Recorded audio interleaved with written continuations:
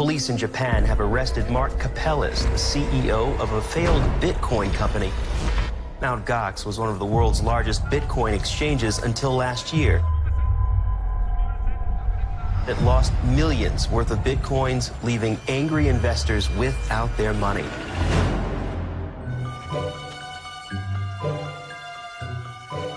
I had no idea who he was, Mark Karpeles, some guy who has a first Bitcoin exchange, and he's sitting on top of, almost $1 billion worth of money. And where did it go?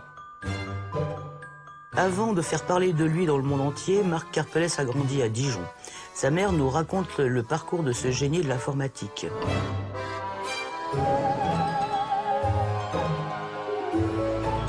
Mon ambition, c'est de devenir maître du monde, mais je pense que je ne suis pas le seul. This whole burgeoning ecosystem and technology was essentially entirely dependent on this, 20-something French guy sitting there in Tokyo, with his cat.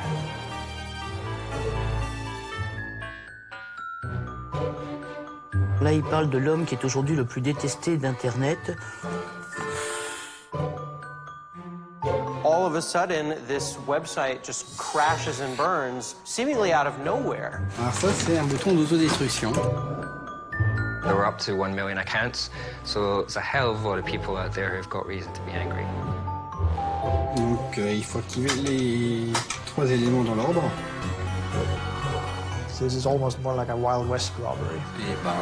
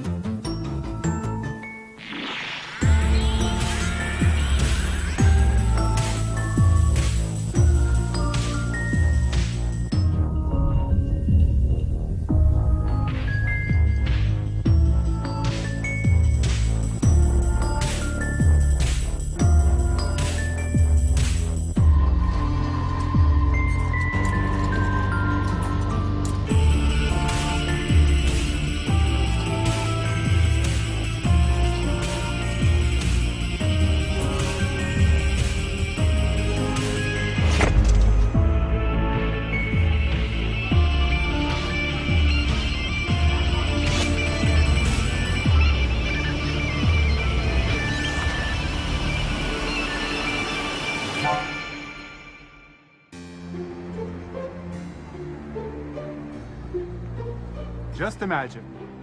Imagine a bank you can trust. A bank that knows...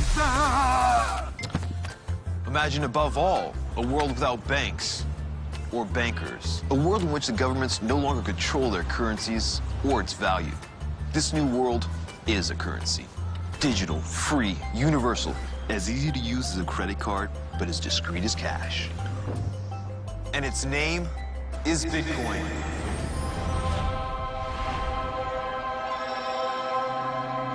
Are you ready to bypass the system? In 2008, this was a period of financial crisis. The system almost failed again. But the central banks came to the rescue, printed trillions of dollars to bail out the banking systems and all the large mortgage holders. There were bailouts all over the world. It created this whole new desire to have a financial system that existed outside the bounds of Wall Street, outside the bounds of central banks. There was this desire to kind of return money back to the people.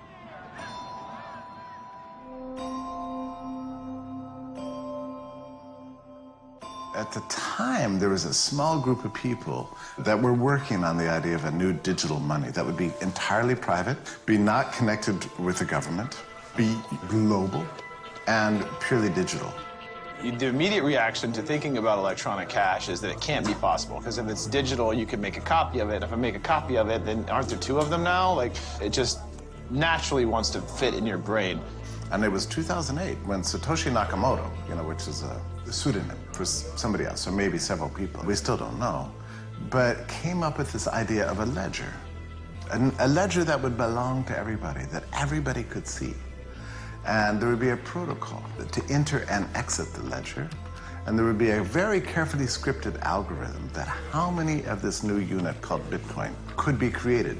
When you start reading about the blockchain and distributed ledgers, it just clicks. Like, oh wow, there really is this way to do this decentralized authentication of transactions where you really could have a digital cash system.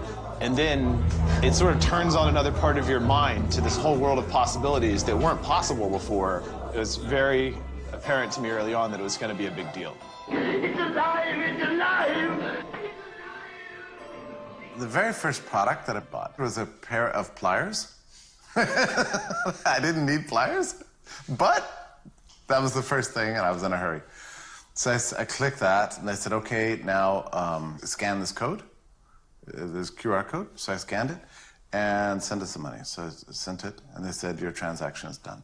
And really, I had a sense, like a breathless sense. They didn't know my name. They didn't have to know my identity. It wasn't based on a trust relationship. They didn't have to access my credit history. Nothing matters except that I owned something. So you have to understand, it was like a cash transaction, except the person I'm transacting with is not in front of me. The person is somewhere else, could be anywhere in the world. Nothing like that has ever been possible in the history of the world. And when I realized this, I thought, I can't believe this. I can't believe this just happened. So I got up, and I remember just dancing around my dining room table, just kind of like doing a little dance, going, that's the future. I just saw the future. And I realized at that moment, if this works, the relationship between the individual and the state and our whole public lives are going to change forever. When? I don't know, but it's going to happen. Bitcoin was really fed by some of the same philosophical impulses as the internet, and also some of the same sort of technological concepts as the internet. You know, both are really, on a technological level, about taking power away from the center. At the core, the internet and Bitcoin are really about decentralizing power. Money, money,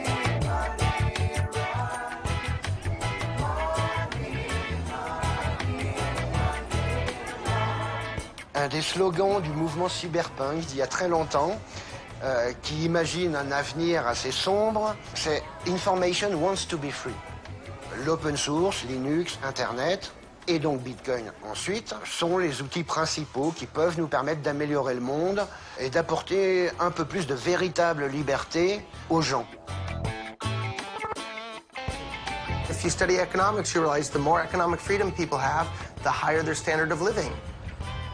If you or I print a bunch of money in our basement and go around town spending it, we would go to jail for counterfeiting because it's economically destructive and is stealing from everybody else. When governments do the exact same thing, when they print a bunch of money, it doesn't change what it is. It's stealing, and it's wrong for the exact same reason. And as a voluntarist and a libertarian, I have a huge, huge problem with that. So the invention of Bitcoin strips that power away from every single government in the entire planet to do that. Je ne suis pas anarchiste, il ne s'agit pas de supprimer totalement l'État. L'État est quand même utile. Mais je pense que si le peuple reprend le contrôle de la monnaie, il est possible qu'on puisse remettre l'État à sa place. Bitcoin could mean different things to different people. One of Bitcoin's strengths is that, you know, it had all these different elements to it, and somebody could be into it because of the political aspect, and somebody could be into it because of the, you know, technological advances that it made, and, you know, everybody could, you know, kind of have their own connection. La seule fois où j'ai vraiment changé le monde, c'est en disant une seule phrase à Marc. Il faut absolument que tu jettes un œil à Bitcoin. Je suis sûr que ça va trop te plaire. Au moment où j'en parle à Marc, Bitcoin, c'était totalement amateur. C'était vraiment un petit truc de geek, de gamin. C'était un jouet, presque. Même si, techniquement, derrière, il y avait quelque chose de génial, le monde qui se construisait autour, c'était presque un jouet, un jeu. C'était pas encore sérieux, c'était pas encore suffisamment sécurisé au niveau des sites web, etc. Certainly, in the first few years, the typical Bitcoiner was a guy who spent most of his life in front of his computer you know, and not a whole lot of time with other humans. But these were people who kind of lived, you know, to one degree or another, sort of in their own world and could inhabit this abstraction, which was this new money. There was no reason to think it would work, and so you had to be a little weird to devote any time to this. J'ai une culture de programmation, mais quand je suis rentré dans le code de Bitcoin, à lire le code, la logique, c'est quand même quelque chose de techniquement très complexe. Peut-être moi j'aurais été capable de tout comprendre, mais j'y aurais passé 1 an ou 2. Mark, a priori, pendant 2 mois, il n'a pas beaucoup parlé sur le chat. Quand il est revenu, il avait tout compris. Donc il a vraiment dû découvrir quelque chose et voir qu'il y avait un avenir, voir que techniquement c'était fiable, sécurisé, utile. You know, I got into economics because I realized the quality of money has a lot to do with the quality of our lives. You get the money wrong, you get everything wrong. With Bitcoin, we have a chance to get the money right. And it can liberate the world. At least 1/3 of humanity is unbanked today. This provides them financial power, access, a chance for a better life for everybody, equally, democratically, all over the world, regardless of race, sex, religion, or nationality. I mean, that's awesome. That's beautiful. That's utopia to me.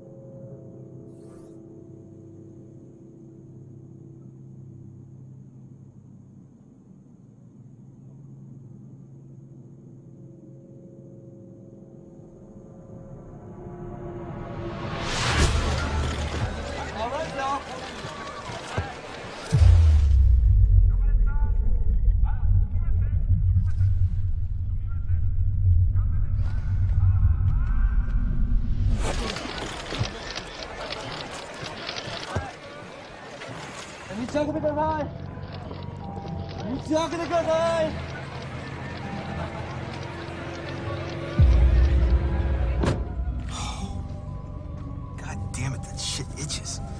Us libertarians, we don't like uniforms too much. Of course, when Mark bought Mt. Gox, he'd expect to end up 4 years later handcuffed to the back of a cop car. Did you, Mark? Huh? Whatever. Beginning in 2011, Mt. Gox became the first credible internet site to exchange dollars into bitcoins. The thing is, at the time, well, a bitcoin wasn't worth $1, so let's be honest, nobody really gave a fuck. But just a few short months later, the media dragged Bitcoin out of the shadows, and Mt. Gox went from 3,000 to 60,000 clients in just a matter of weeks. And that was the beginning of the glory days. Padre, Mark? Isn't that right? Mark!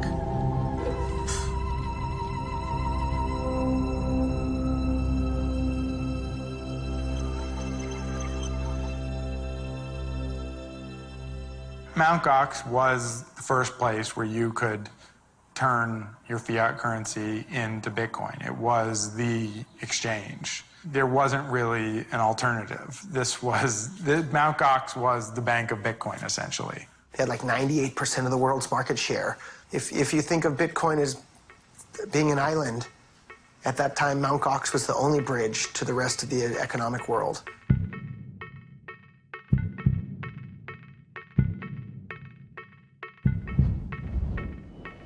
The growth at Mt. Gox was very quick, as we saw, very large increase in users.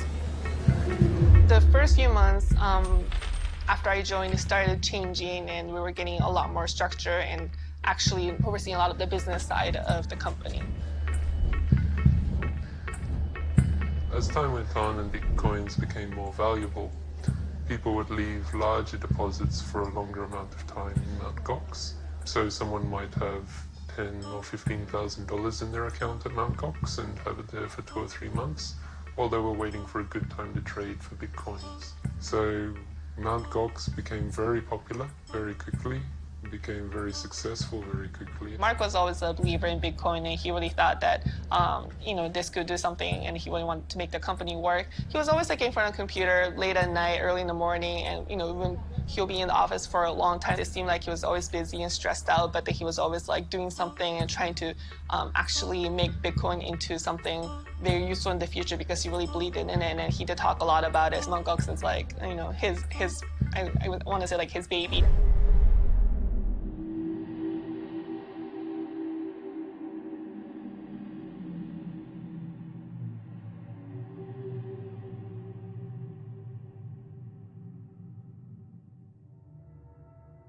私はカルプレス・マルク・マリ・ロベルと申します。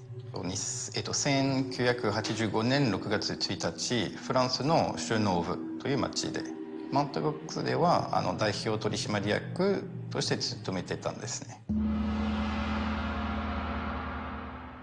Quand j'ai pris Mongox, on était, je crois, 2000 ou 3000 comptes clients. En fait, 2 ans après, on a atteint le million de clients. Donc, c'est une évolution qui est assez rapide.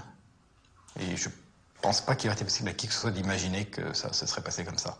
En fait, Mongox n'est pas vraiment une banque, vu que la fonction de Mongox n'est pas de stocker ou de contenir des comptes où les gens déposent leur argent pour les laisser. Quand quelqu'un dépose, par exemple, de l'argent sur Mongox, c'est dans le but d'acheter des bitcoins pour ensuite les retirer et les utiliser quelque part ou les garder chez lui.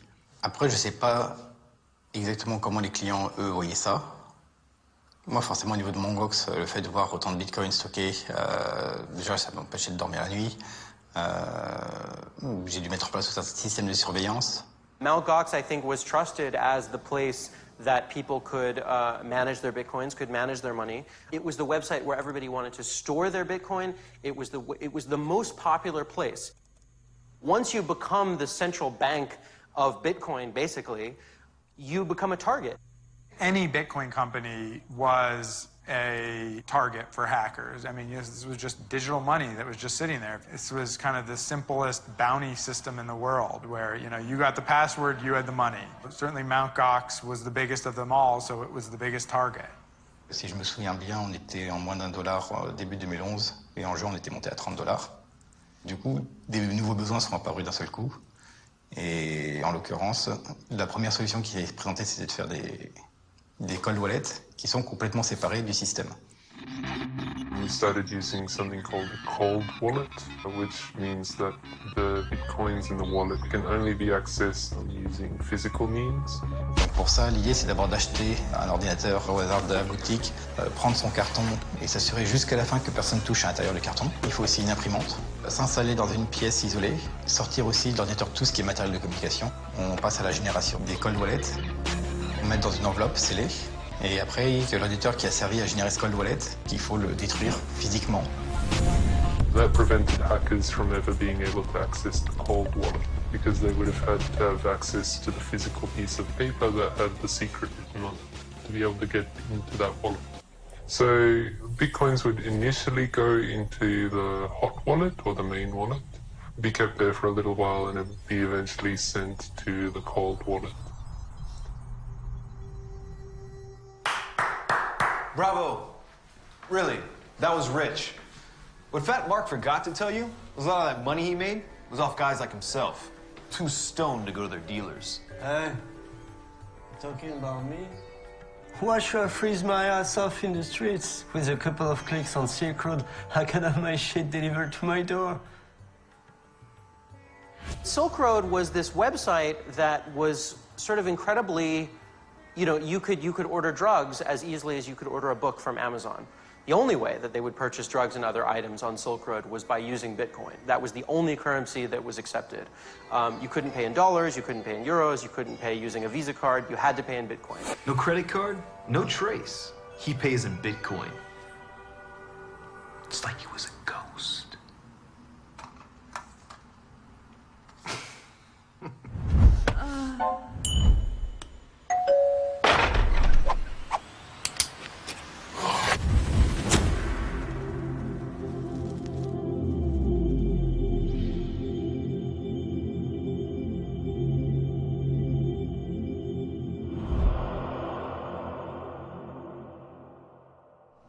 T'en veux? No thanks. Without Mt. Gox, I don't know, if Silk Road could have been what it was. This was the way that people turned their dollars into cocaine. This was the central mechanism that made that possible. The Silk Road was probably the most successful startup company ever in the entire history of the world. It went from absolutely nothing to probably $1 billion+ in sales over the lifetime of the Silk Road. Wow, congratulations. I don't think that Mark Karpeles tried to become the, bank, the online bank to drug lords or anything, but that was certainly what it became. Est-ce que Mongox a profité de l'ascension de Silk Road? Indirectement, oui. Pour peu que je sache, pas loin, entre un tiers et la moitié des transactions sur Mongox étaient liées à Silk Road. All of that popularity and success went towards making Mark feel he was important. He was originally interested in a Lamborghini for himself. He also bought himself a large house and then a penthouse. And all of these things seem to say that he wanted to show everyone that he was making money and his status in the world was rising. As that sort of thing started happening more and more, many of us started becoming uncomfortable, and Mark replied that his grandmother owns a castle in Austria and said that if we can't trust him, then there's nothing more for him to talk with us about. There was no way to tell how much money the company was making, how large its expenses were, or where the money was going in the company, because Mark was the only one with access to the accounts, and he refused to share that information with anyone else. He always thought that Bitcoin, because it wasn't a real currency, none of the laws really applied to it.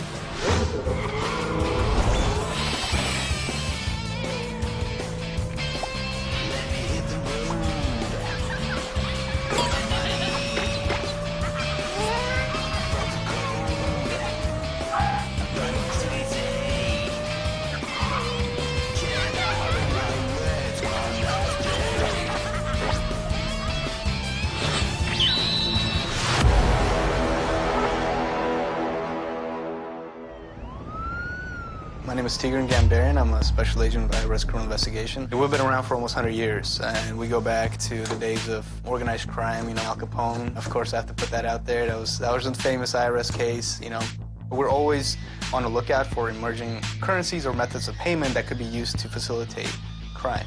When the Bitcoin came out, at least in the early days, that was kind of it's like, how do we even track this? I mean, it's just numbers floating around in the Bitcoin world, and to us, that was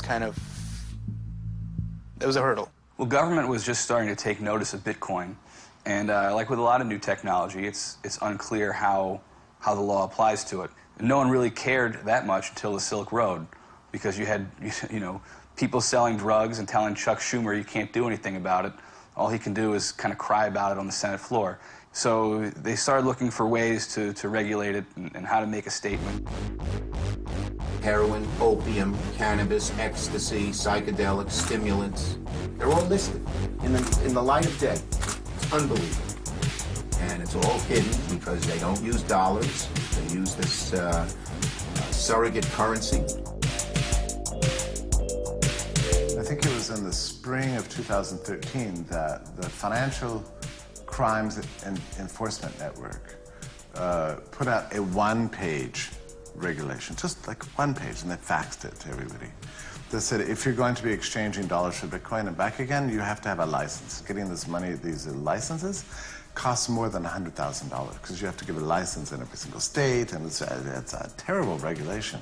There's lots of people in government that they get furious inside when they think people are doing stuff without my permission. People are engaged in free trade with each other without my permission.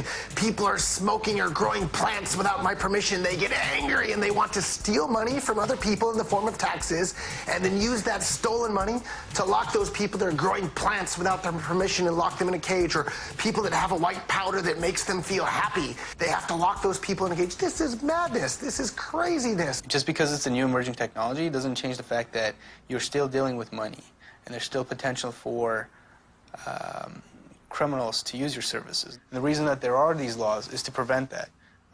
So even if you have a new company, if you have this new idea, great, do it. But you're still bound by the same laws that are in place for these types of businesses, which are money service businesses, you know, or financial institutions. The major importance of the FinCEN ruling is that before that, you had a lot of people who still wouldn't agree that there was any value to Bitcoin, right? Like, it was just software. Software really can't be money, right? And then this, you know, financial crimes ruling comes out, and it says, no, really, this is money. It was just a different world after that. At that time, there's sort of a cottage industry of day traders, people who are trying to make money for themselves on the side by buying and selling Bitcoin. At one point, I did a story where I was talking with some people in a chat room who were doing this, and it really sort of surprised me, the kind of range of people that were doing it. There was a business student, there was also a biology doctoral student, there was a bunch of different kinds of people who, you know, decided it was worth their while to buy and sell Bitcoin.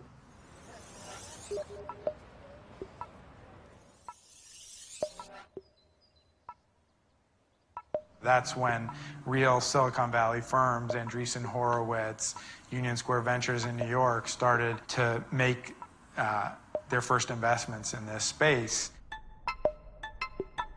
There was a lot of hype in the media amongst journalists, like trying to figure out what Bitcoin was. So, you know, I thought, you know, this is definitely exciting. This is definitely something I want to be part of.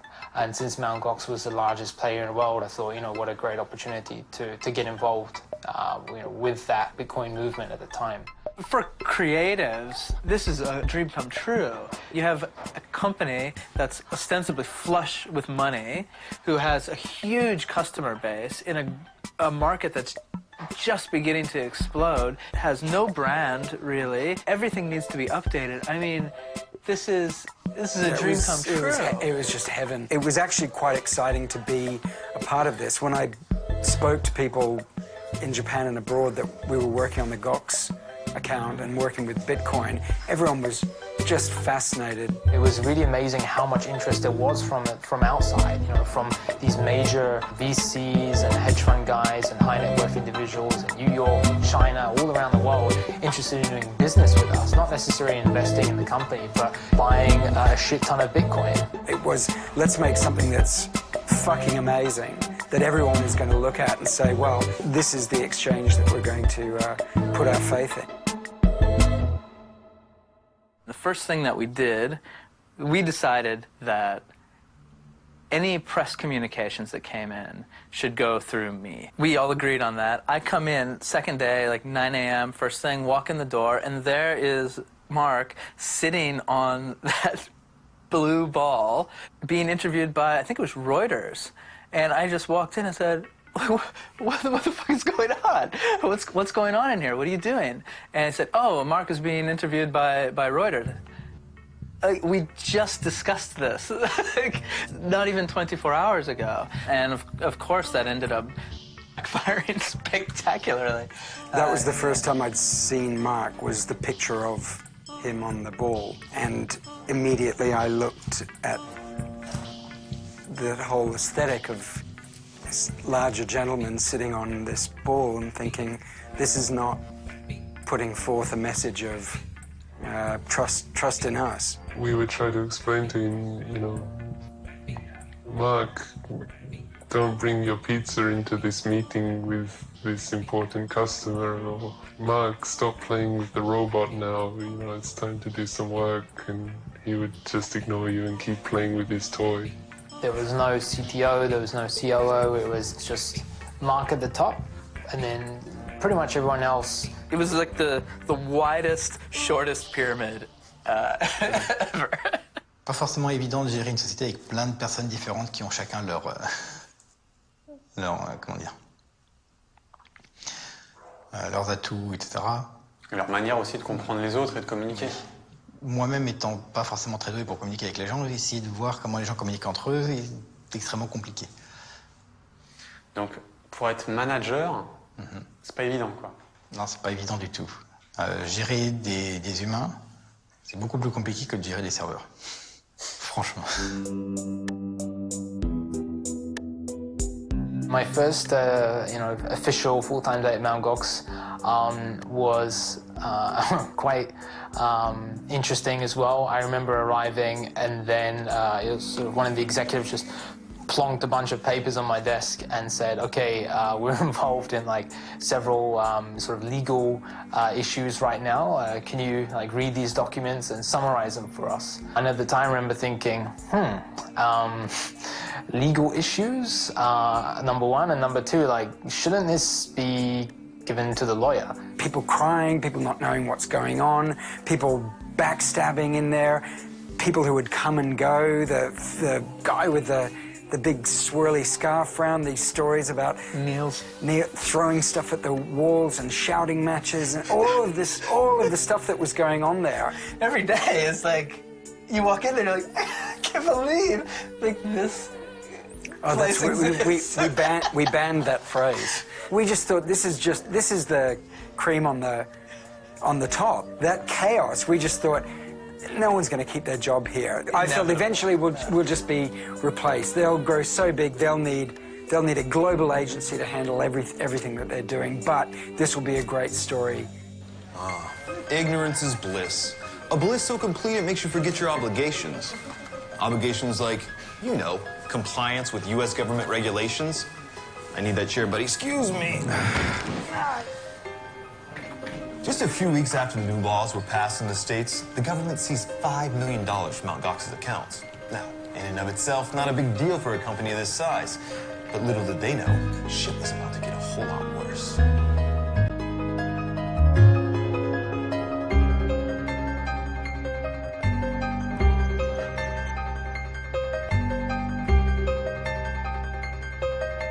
Après la saisie, on a commencé donc tout de suite à rentrer en contact avec les procureurs aux États-Unis qui ont opéré la saisie pour essayer de discuter avec eux et de voir de quelles questions. Et les premières questions qu'ils ont eues, c'était au sujet de Silk Road. Mt. Gox, and they weren't doing this from the start, they were supposed to take 2 forms of ID, bank account information, all these things to verify who the users are. It makes a good strategy for law enforcement. If you can get everyone roped into this one central database, then you just take that database and go after the criminals. Alors, les négociations qu'on a eues donc avec le DHS et avec les procureurs américains étaient en particulier au sujet de fournir des informations donc, sur Silk Road et sur les comptes que le DHS pensait liés à Silk Road, en échange donc de nous rendre ces 5 millions de dollars. En ce qui concerne donc tout ce qui est collaboration avec la police, etc., je suis, disons, pas particulièrement libertarien ni rien du tout. De mon côté, j'ai jamais vraiment eu de problème. Enfin, c'est pas vraiment le cas. Disons plutôt que j'ai jamais vraiment eu d'opposition au système de police, etc. Donc, je ne vois pas de raison de ne pas coopérer. Following the Department of Homeland Security investigation and the seizure of our accounts in the US, Japanese banking partners freaked out. I remember seeing the executives from the banks visiting our office more and more frequently, and then over time they imposed limits, in terms of the amount of transactions we could do with them per day, in terms of the currencies that we could actually be dealing with, and which eventually enabled us to survive as a business only on enabling like transfers in Japanese yen domestically. And when you consider that more than like 95% of our customers at the time weren't based in Japan and weren't transacting in Japanese yen, this is a major blow to how we could operate. The only way to send people money was from the post office. That was it. On planifiait nos virements. Donc on commandait auprès de Misero la somme en liquide. Et le jour venu, on récupérait le liquide. On se retrouvait avec entre 20 et 70 millions de yens en liquide. Ça fait entre 200 et 700 000 euros. Donc on prenait nos petits sacs, bien lourds, remplis de liquide. Et on remontait la rue, direction opposée à Shibuya, jusqu'à la poste. Mark, to his credit, busted his ass trying to send money to people. People did get withdrawals, just real slow.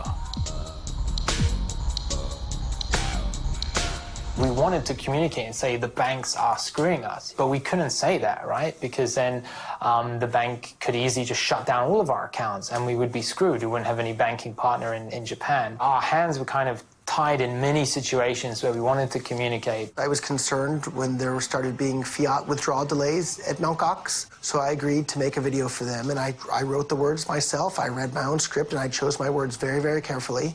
And even to this day, everything I said in that video is true. I regret having made it for them. I'm Roger Veer, longtime Bitcoin advocate and investor. Today I'm at the Mt. Gox World Headquarters in Tokyo, Japan.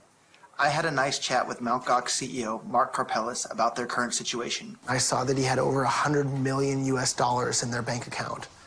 That's a lot of money. And then he showed me a letter from the same bank that all that money was held in, and that letter from the same bank told them that they're allowed to send 10 international wires per day, and they're allowed to send about the equivalent of $1 million US domestically per day. Obviously, that's not enough for a business of Mt. Gox's size to keep up with the demands of their customers. I'm sure that all the current withdrawal problems at Mt. Gox are being caused by the traditional banking system, not because of a lack of liquidity at Mt. Gox. For now, I hope everyone will continue working on Bitcoin projects that will help make the world a better place.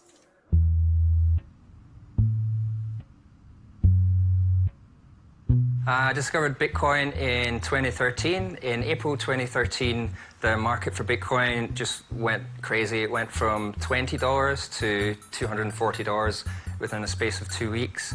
And the price was jumping up and down by 50% or double every day. At that point, I realized, okay, trading is what I want to do. So I gave up my freelance work and I started trading full-time. March 2013, there were bank runs in Cyprus, and that's when the price of Bitcoin first spiked. It went to about $160, and I was really kicking myself. If I had just, made a simple investment at $10, right, I could have made a ton of money. And that's when I said, that's it. I'm going to find a good time to buy. I'm not going to look back. And I wired Mt. Gox some money, and then I was in the game. So there was a period of amazing excitement towards the second half of 2013. Bitcoin was going up from, it was hanging around 100, 140 for a while, then it stayed around 200 for a bit, and then it just started shooting up. Nobody was really sure why. And then the Silk Road bust happened. That's when I got kind of nervous. And there was a lot of speculation in the forums by people about, well, is the price going to collapse? What's going to happen to the volume on the exchange?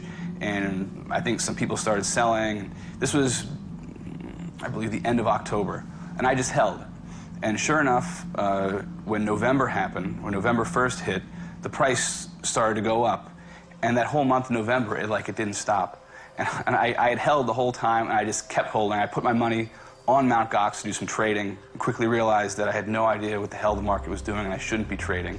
I just held and watched it go up. It was just rising like crazy, so went 120, 240, and it just kept going up and up and up, and suddenly it was at $1,000. I'd be in front of my computer just like kind of cheering on the price. It was great. I go to the gym to work out, and I couldn't stop looking at my phone, right, tracking what was happening. It was a wild ride. And so at the end of that month, November, I think the price was around $1,200 or something. I didn't really want to sell my Bitcoins yet, but I wanted to get them back off Mt. Gox after trading. I asked for the coins back, and it was a slow response. It was actually my birthday. I remember it very clearly. I was in Paris in a hotel. I don't know why, but I was thinking I really should withdraw my Bitcoins from Mt. Gox. I went to my computer and started a withdrawal, and I checked an hour later, and they hadn't come out. They told me I needed to verify my account, which they never asked for before when just dealing in Bitcoin. To receive a bank wire, they'd want it. And that's when things started to go downhill.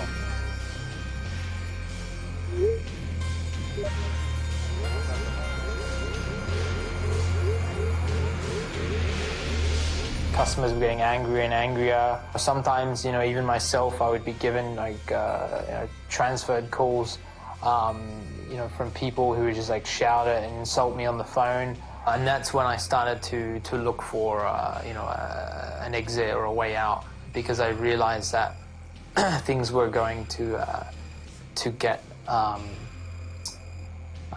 crazy. Yeah.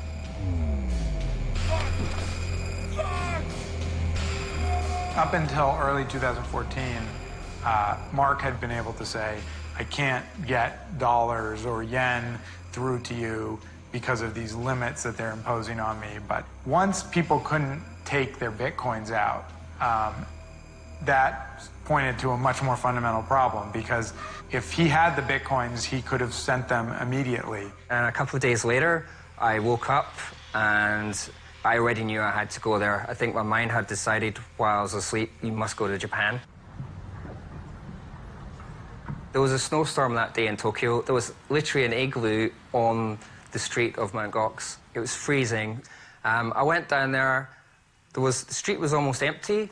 I pulled out my sign, and I felt monumentally stupid. And then Karpeles suddenly starts walking up the street. The journalists start scrambling to get their video cameras out, and then I try and stop Karpeles to talk to him. He has clearly no interest in talking to me. Okay, I came all the way from London, to try and get my Bitcoins from you, to find out what's happening. No problem with Bitcoin. You can't do anything right now. He started launching into standard response. Oh, sorry, that is not possible. There are technical problems. But I, of course, as a techie, I knew that that a technical problem wouldn't stop them giving Bitcoins back. So do you still have Bitcoin? Do you still have everyone's Bitcoin? He was pretty concerned about that question. Eventually, he pushed past, got into the building, and said, "Don't come inside." That was one. I don't expect that their company's going to last much longer. I think it's about to collapse. And I expect that no one's going to get their money back, but we'll see. By that time, I just left Tokyo, actually, and had relocated back to Hong Kong. This was in early February 2014. And I remember a friend of mine who was aware of what was going on with Mt. Gox called me directly and said, remove like any mention of Mt. Gox from your LinkedIn profile. And then I asked him, like, okay, why? He said, like, just don't ask any questions. Just do it. Mt. Gox unexpectedly shut down today. One of the world's biggest Bitcoin exchanges has filed for bankruptcy. Faillite retentissante du système d'échange de Bitcoins. La plataforma de la moneda virtual Bitcoin Mt. Gox se declara en quiebra. The scale of it was just so absurd. Mt. Gox. Mt. Gox. Mt. Gox hundreds of millions of pounds and prompting the sharp fall in the value of the currency. I felt like I had been punched in the stomach, and I couldn't believe that. Que es posible que haya sufrido el robo de todos los bitcoins que gestionaba a causa de un ataque informático. What the fuck? Like, what do you mean that there's like no Bitcoin? What do you mean we're missing this many Bitcoin? How could you lose 800,000 Bitcoin? T'as un coffre principal dans une banque. Généralement, quand tu l'ouvres, tu t'attends à trouver une montagne d'or, et puis là, t'as juste 3 grammes de sable dans un coin. C'est pas... Il y a un problème, quoi. You can't lose all of them before you notice.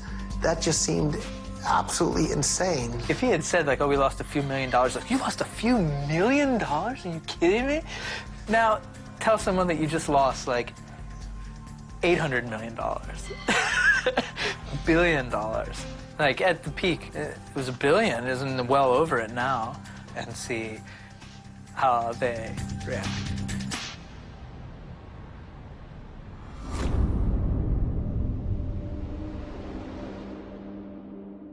This is the problem with this whole thing in general, is that people really got fucked on this, right? Like, really badly. I think people lost their life savings. People lost loads and loads of money. And I don't want to be seen as making light of this in any way, but it's just so absurd. I had just over 300 Bitcoins in Mt. Gox, which before they crashed the price would have been worth about $300,000. Of course, after they crashed the price, it was worth less than half that. At the time that the bankruptcy announcement was made, I had been traveling around with some journalists, and we stopped around the Mt. Gox office, and they heard word from some of their fellow journalists that there was a big announcement about to be made. at his press conference in Japan. I think he was wearing a dark suit, and I remember there being a lot of microphones. And the thing that I took away from it was him bowing a lot, and which I guess is customary in Japanese business culture. If you make a mistake, that you kind of make a big kind of public showing of saying you're sorry and apologizing.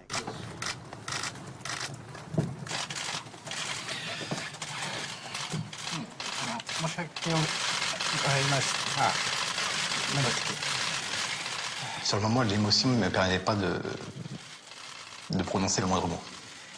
J'étais obligé de faire beaucoup d'efforts pour réussir à juste prononcer les quelques mots que j'avais préparés et répétés dans ma tête pendant 30 minutes. システムに弱いところがあって、ビットコインがいなくなって、みんなにその結果でご迷惑をかけてしまって、本当に申し訳ありませんと思います。C'était un petit peu le point culminant de tous ces 3 ans de stress. C'est-à-dire qu'après 3 ans, le pire qui pouvait se passer s'est produit et je me retrouve face à je ne sais pas combien de caméras et de journalistes en train d'annoncer au monde entier que voilà, c'est fini, que j'ai pas été à la mesure de faire ce que j'étais en train de faire. Et c'est quoi le pire là-dedans? C'est les caméras, c'est de devoir dire que t'as pas été à la mesure de... C'est quoi? C'est de faire face, en fait, à ses propres... mes propres... Comment dire? Mes propres limitations. Parce que t'avais pas voulu les voir avant ou... Non, c'est... Comment dire?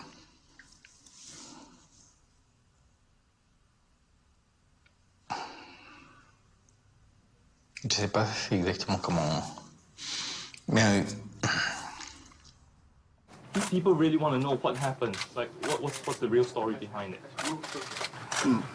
Well, we are working on it, but anyway, in the meantime, we are sorry for the troubles caused by this. After the crash, the Bitcoin, let's say, ecosystem took a major hit in terms of respectability, public perception. Even like for me personally, I thought, okay, well, Bitcoin is dead. Like, there's no way that any governments or banks will tolerate something like this happening again. There's no insurance in Bitcoin. There's no government backing for Bitcoin. And obviously, you know, early on, that was the whole allure of this thing, was there's no government meddling in this. But as soon as there were losses, people realized, oh, there's also no government to back this up. When I get my Bitcoin stolen, they're gone. That's it. That's the end.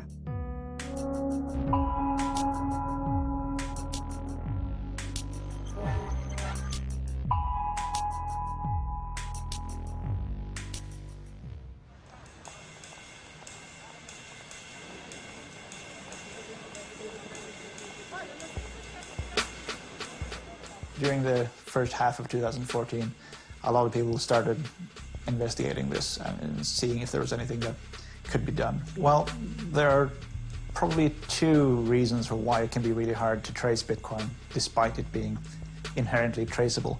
First, in the case of Mt. Gox, purely scale.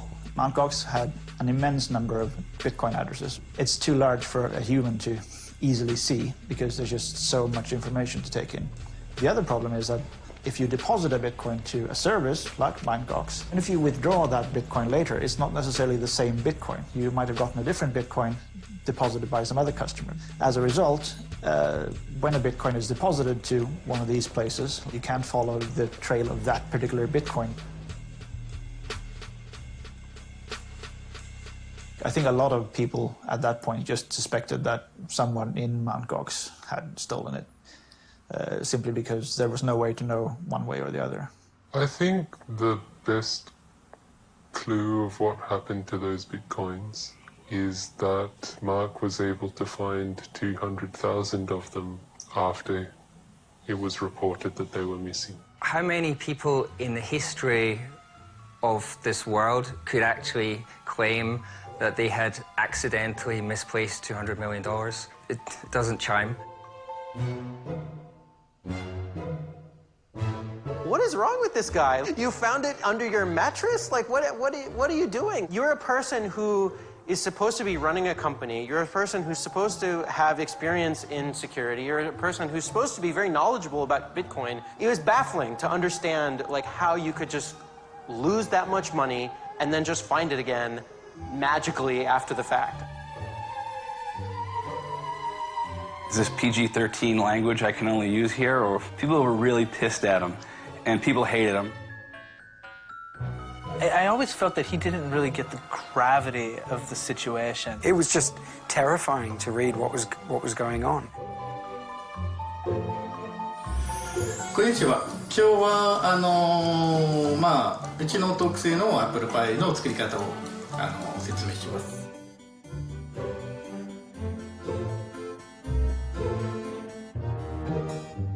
The question everyone wanted to know is, where are the Bitcoins? What happened to them? And at some point he went onto Twitter and he started tweeting about things like, oh, the sunrise in Tokyo was nice today. Everyone was still in limbo, waiting for him to say what had happened to this $500 million. And he's talking about the weather in Tokyo. 今このまま1時間2時間ぐらいそれるの待たないといけないんですけど、とっても。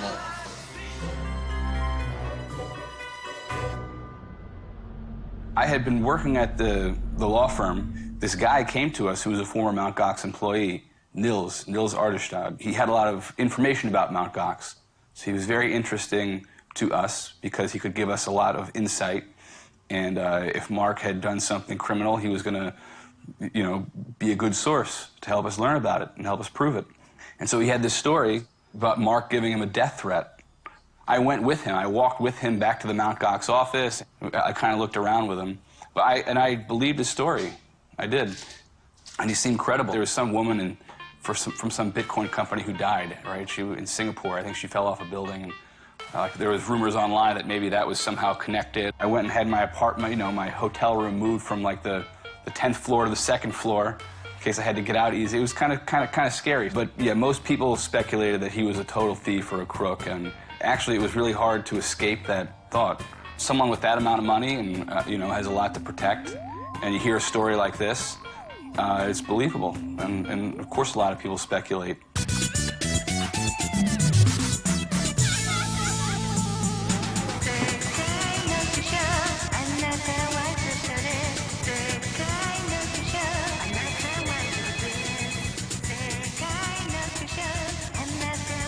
And 僕たちはこいつ怪しいんじゃないかと。我々週刊誌だけでなくテレビも含めた、かなりの数の報道機関が彼の家の周りを取り囲むようにして、何社もいた状況だったので、彼も家の中から一歩も出ないっていうコンクラベみたいな状況にはなってたんです。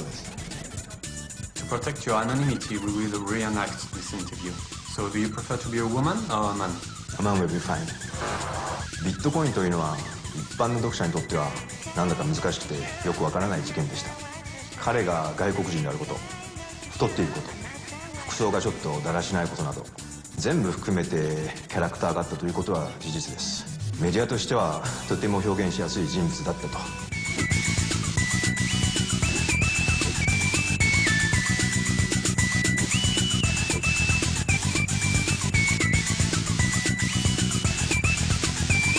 すごく家賃が高い、渋谷の高級マンションに住んでたとか、彼の趣味みたいなところをフューチャーした記事です。あとはカルプレス自体変なところで庶民的というか、コンビニの弁当を好んだりだとか、日本のアニメの無視しを好んだりとか。オタク、このジャパニーズオタク。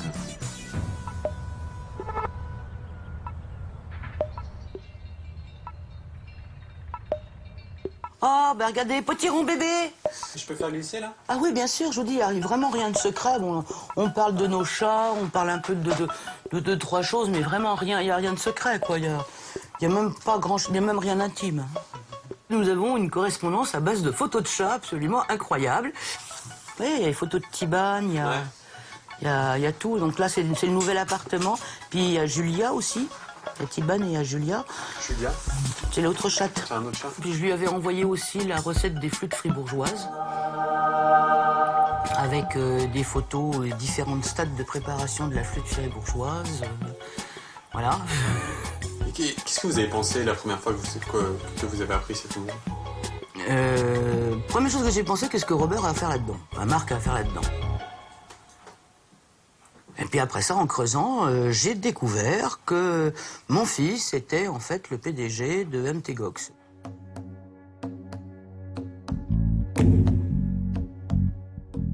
I have been in contact with Mark Karpeles a few times, but our conversations have been very brief. Sometimes when I've asked him direct questions, he hasn't responded at all or has responded in a very elusive way. We were able to reach his mother. She herself said that she had no information from him. You know, it's a bit strange that he doesn't seem to have anybody who he really trusts or who he communicates with. He doesn't communicate with his family. He's divorced from his wife. He doesn't seem to have any allies, as far as I can tell. He lived in this world of hackers where you proved your worth through your code. You didn't prove it through, you know, what you wore or what you said. You did it by what you typed into a computer. Il a été déterminé, testé, mesuré, si je puis dire, comme surdoué. Bon, ça n'a pas été facile parce que j'ai été toute seule. J'ai toujours essayé d'être avec lui autant que je pouvais. Il a fait comme tous les surdoués ont dû faire, composer. Et ça, j'ai toujours veillé à ce qu'il fasse l'équilibre et qu'il ne soit jamais seul. Parce que j'ai aussi vécu ça. C'est trop facile de s'isoler complètement dans le monde des adultes, de s'intéresser plus qu'à des sujets d'adultes, de plus avoir un seul copain. Et puis quand vous sortez dans la rue, vous avez l'impression d'être au milieu des extraterrestres.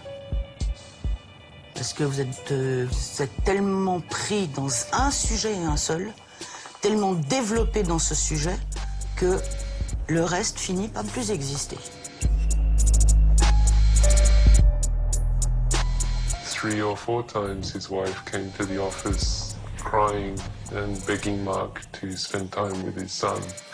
And he just ignored her until she left. Mark is a very strange person.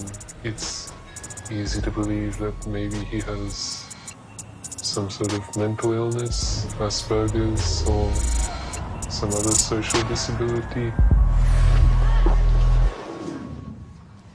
He is not like most people, and he doesn't sort of have the human emotional range that you expect of most people. He's kind of a still character, and so I think it's easy to kind of imagine him as sort of non-human form because he just doesn't have a lot of the human traits that you expect.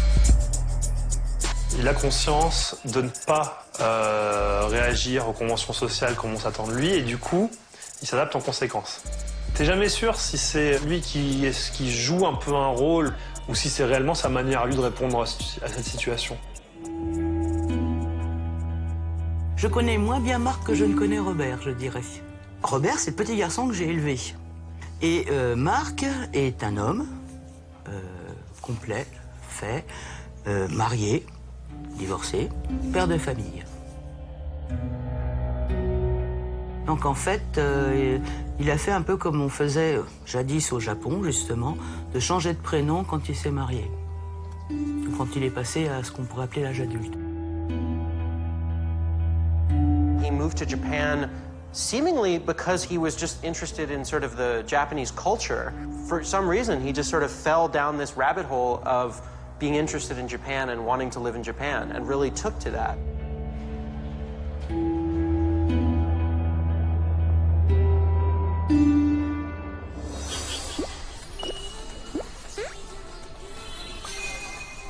Karpelesさん知ってますよ。お弁当気に入ってくれて毎日いらっしゃって本当の日本人ですね。優しい子ですよ。私のマキコとも仲が良くてね。あ、マキコ、マークさん優しいよね。I think Mark loved Japan, but I think Mark was still in the, you know, everything is sparkly and shiny in Japan is wonderful phase of his life. Oh.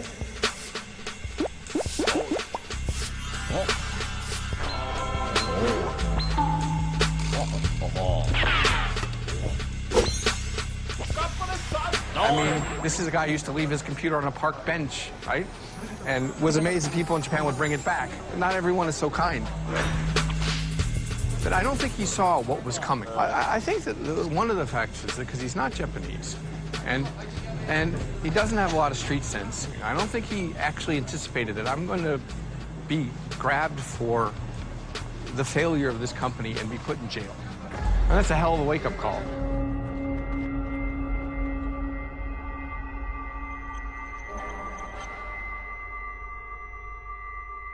Alors d'abord, ils m'ont téléphoné, je crois que c'était vers 5h30 du matin, pour me prévenir qu'ils arrivaient d'ici 20 minutes, une demi-heure.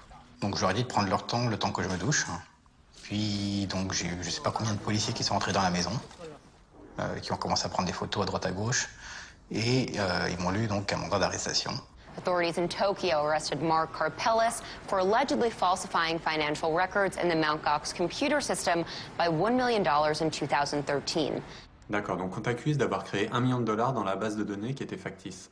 Ça correspond à quoi? Ces $1 million, en fait, correspondent à une partie de l'activité du bot Willy.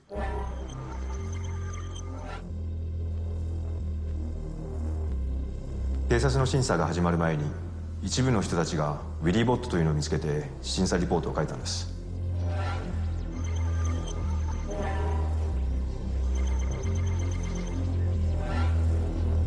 ウィリーと名付けられたアカウントはずっとコンスタントにビットコインを買い続けて、これは何なのかと関心が集まりました。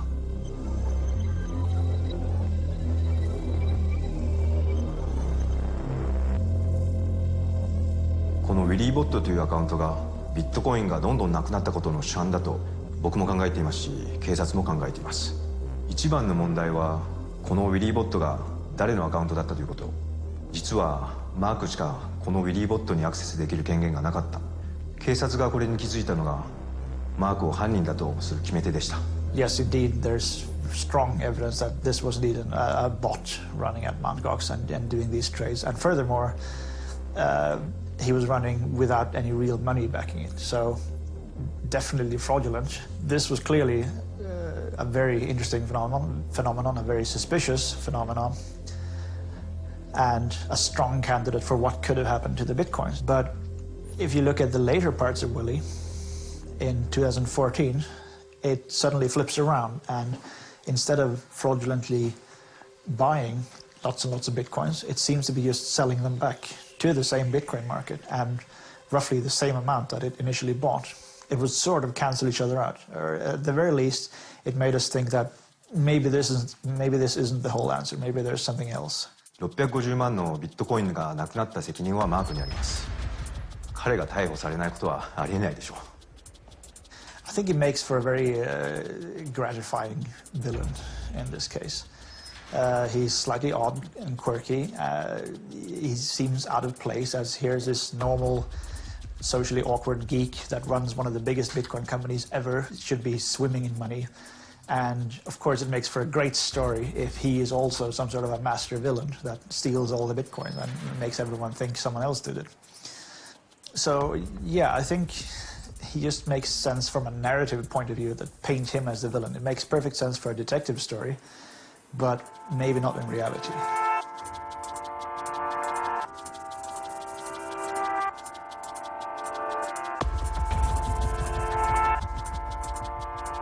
Coupable d'avoir volé les 650 000 bitcoins? Clairement pas. As-tu volé l'argent de tes clients? Non. Willybot est-il responsable de la disparition des bitcoins? Non plus. Qui a créé Willybot? Willybot, à la base, fait partie de Mt. Gox, donc avant que je prenne la main sur Mt. Gox. Mais qui opérait Willybot de 2011 à 2013? De 2011 à 2013, donc, c'était moi. Et avant, c'était Jed.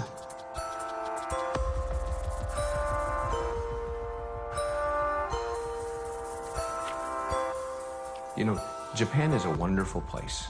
The Japanese justice system is fucked up. Japanese prosecutors are not interested in a fair trial. They're not interested in justice.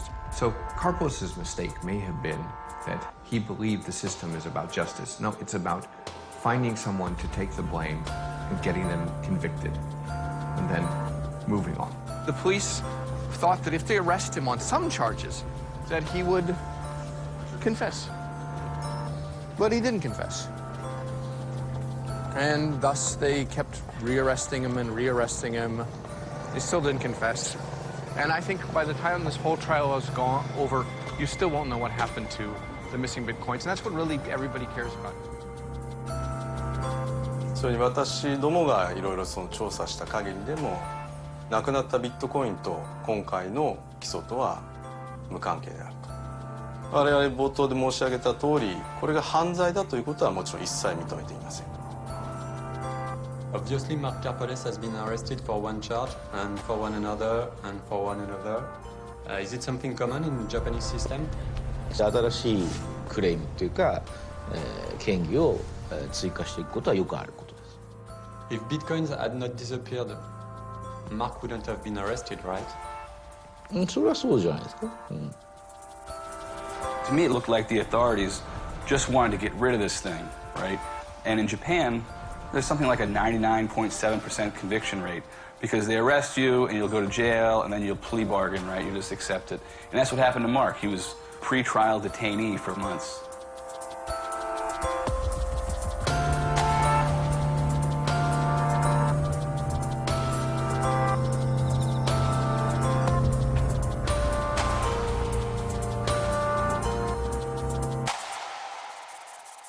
À la base, comme je dis, c'était pas supposé durer aussi longtemps. Enfin, c'est pas supposé. Parce que j'imaginais, 3 semaines de visite pour voir un petit peu comment ça marche dans un commissariat et puis après je peux rentrer chez moi. J'étais donc en mode observation, je regardais les gens autour de moi, je regardais les installations. J'ai même fait des plans du centre de détention. J'ai noté aussi un peu les histoires de toutes les personnes que j'ai rencontrées. Donc c'était pas des vacances, mais c'était tiens, on va voir, ça va être. Oui, c'est voir une face du Japon que j'avais jamais vue jusqu'à présent. Can you imagine when the police interrogated him? That they probably wanted to go home and commit suicide. Like, it'd be the most frustrating interrogation ever. You know, it's like 23 days detainment in Japan without even having a lawyer or without a phone call or anything. They hold you like 23 days. And so, you know, by the time 23 days comes up, like, they've deprived you of sleep, they've slapped you around. 23 days is way long enough for bruises to heal, for example. And if they could have made him a punching bag every day and he just would have been, it's like stone cold. Like, because he just wouldn't have like reacted to it. Did they charge him with something else so that they could keep him for another 23 days after that? Yeah, Mark said, actually, they said, his lawyer said before, well, when you walk out, they're just going to arrest you again. Okay. So he just like walked, he was released, he walked into the lobby, they arrested him again and brought him back inside. C'est vrai que les Japonais sont restés dans la loi. Ils ont mis des chefs d'accusation au fur et à mesure qui ont permis de prolonger la garde à vue, qui est déjà très longue par rapport à celle que nous connaissons en France. Parce qu'en France, il me semble que c'est 48 heures de garde à vue. Hein. Là, c'est 20 jours. Plus les 3 premiers jours où on est séparément de la garde à vue, c'est le temps qu'on étaye l'accusation. Voilà. Qui peuvent être prolongés une fois, mais pas 2. Donc ça veut dire 43 jours de garde à vue. C'est énorme. Puis s'il y a un nouveau chef d'accusation, c'est de nouveau 43 jours possibles. Voilà comment il est resté aussi longtemps au commissariat. Et donc le juge a commué ça en mise au secret, donc dans une prison et non plus au commissariat. Pendant toute cette période de détention, on a pensé qu'il allait sortir, puis il n'est pas sorti. On ne pouvait pas communiquer avec lui. Je viens seulement maintenant d'avoir l'autorisation de lui écrire et éventuellement d'aller le voir. Éventuellement. Comme je ne suis même pas sûr qu'on ne va pas me fermer la porte au nez si je vais au Japon, eh ben j'y vais pas.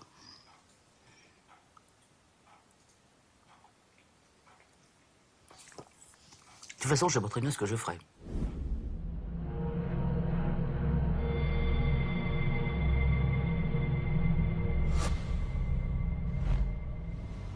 I think it's a very big and complicated case. It has many parts. It's not something where you instantly grasp what the entire case is about.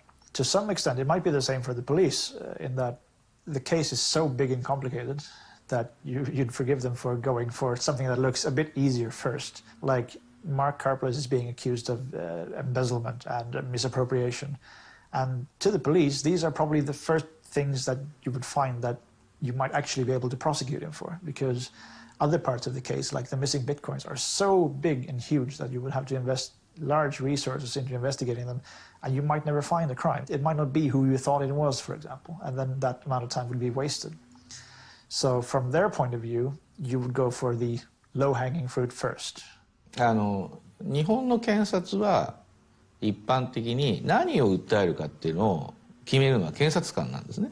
だからその全ての例えば疑いが10あったら10の中から訴えやすいっていうと言い方があれですけども、その立証が可能なものを例えば1とか2を選んでやるので。I was really concerned that there would be a real risk that this might not be investigated thoroughly because there might not be the necessary expertise in the correct place in the police, or they might not be able to find the right people because it might require some on-the-street skills, and you might need to know the right people to hear this or that rumor, or just purely a question of technical expertise.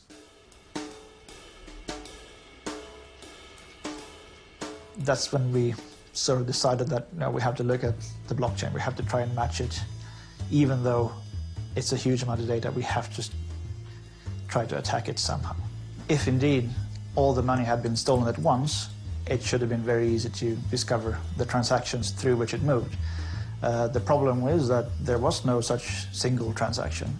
It seemed to have been that between autumn of 2011 and towards up to the middle or even the end of 2013, there were bitcoins stolen in chunks over time, almost continuously. Throughout that entire period, we have no idea exactly how they were gotten into the systems, maybe some combination of social engineering or just plain hacking or compromised code or something. But first and foremost, to do this particular theft, you need patience because they've been doing it over years and quite slowly and deliberately and been quite careful in how to move the bitcoins out afterwards. Si le vol a eu lieu depuis 2011, comment est-ce possible que personne à Mongox n'ait rien vu? C'est une excellente question. Mt. Gox, at several times in the past, distinctly suggested that they had a very strong security system. They had very properly designed cold storage, and this suggested that their security would have been good, and they thought very deeply about these things. But you don't need to steal the cold storage necessarily if you just keep draining the hot wallet. And this works only as long as no one at Mt. Gox is actually monitoring how much money is in the cold storage, how much goes in, how much goes out. Pourquoi ne pas monitorer ce qui rentre dans le cold wallet? Parce que ça voudrait dire qu'on monitorerait les adresses qui font partie du cold wallet. Donc si tu scannes les cold wallets avec un ordinateur qui est branché à Internet pour accéder, pour vérifier combien il y a sur les adresses, du coup tes cold wallets ne sont plus des cold wallets, vu qu'ils passent par un ordinateur qui est connecté. D'accord. Donc en fait, le système que tu mets en place, c'est un système qui est aveugle. C'est en tout cas comme ça qu'on en est arrivé. C'est les recommandations de sécurité qui ont été définies, comme je dis, lorsqu'on a défini ce processus. Et est-ce que finalement, la priorité de sécurité a été mise au bon endroit? Parce que là, le fait d'être aveugle, ça veut dire que s'il y avait une faille dans ton système, tout s'écroulait. C'est ce qui s'est passé d'ailleurs. Oui, en grande partie, oui, mais...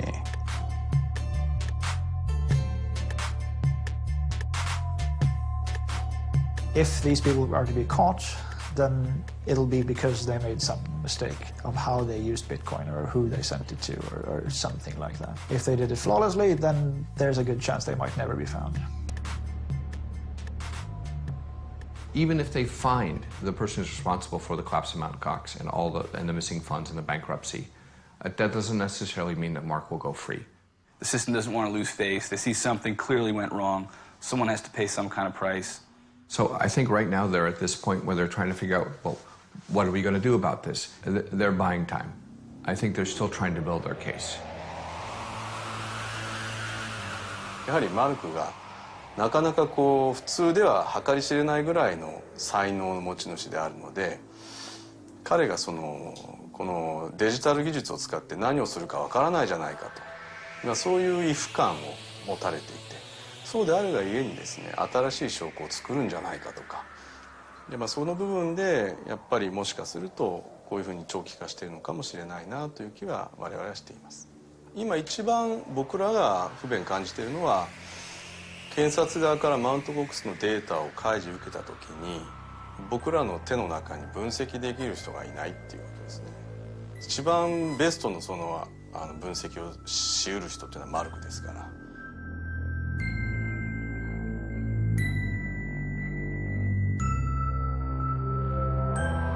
Préparer ma défense en prison, c'était pas évident, surtout au début où je n'avais aucun document sur le procès. Mais après avoir été transféré au centre de détention à Tokyo, j'ai dû recevoir quelque chose comme 15 000 à 20 000 pages. Dans le lot, il y avait une partie importante, ou du moins qui me semble importante, c'est que je suis accusé dans du détournement de fonds sur la base que ce que mon GOX aurait eu comme profit aurait pas suffi à couvrir les dépenses et les pertes. Et ça m'a semblé bizarre. Et donc j'ai commencé à comparer les chiffres et à faire des calculs. Et ça a pris pas mal de temps, mais je suis arrivé à la conclusion qu'il manquait pas mal de profit dans ce que la police avait calculé.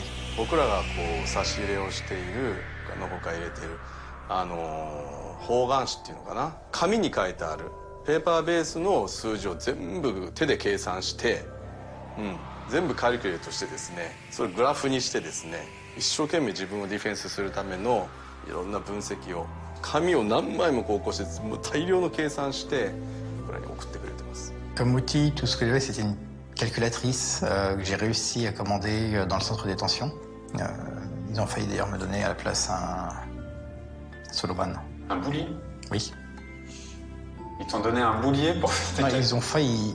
En fait, dans les règles de base de la prison, c'est en cas de besoin de calcul, il est possible de commander un boulier.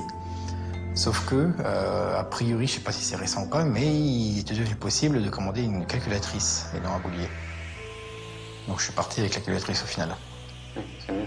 Oui. 一番優秀なコンピューターここの中あるから、まあ外になくてもですね、できる限りこれでできる計算は大量に彼はこなしてます。 Alors en fait, ce qui se passe, c'est que donc j'ai sorti différents éléments pour montrer que la comptabilité de la police était fausse et qu'il y avait au moins quelques centaines de millions d'yens en plus qui n'a pas été compté, mais c'est juste une partie. En réalité, il manque encore plus que ça. 今の段階では本当にそういう意味で我々としてはマルクの保釈を早く実現することがマルクの弁護のためには必須不可欠だとは思っています。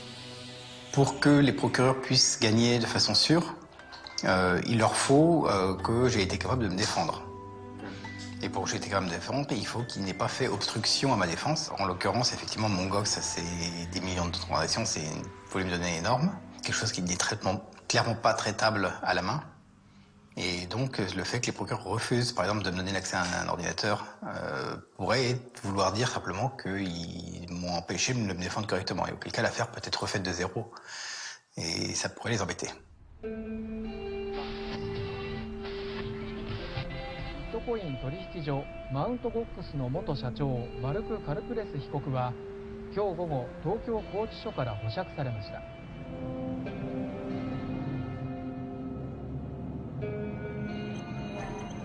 Tiens, vous faites crypter ces trucs?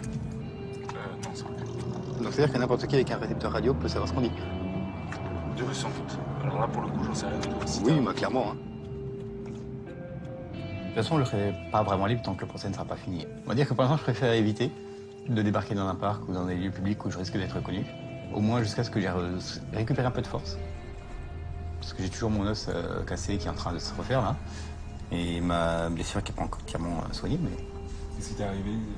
Un petit truc. On va dire juste que j'ai quand même sur les 1 an que j'ai passé derrière les barreaux, il y a un moment où j'ai fini par péter un câble. Et ça m'a valu une main, un os cassé et 2-3 petites blessures. Bon, pas grand-chose.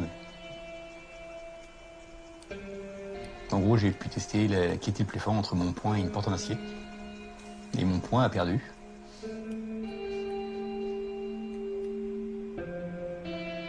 J'imagine que pendant la prison, tu t'étais fait un plan de ce que tu allais faire en sortant. Oui, j'ai fait tout un tas de plans en fait.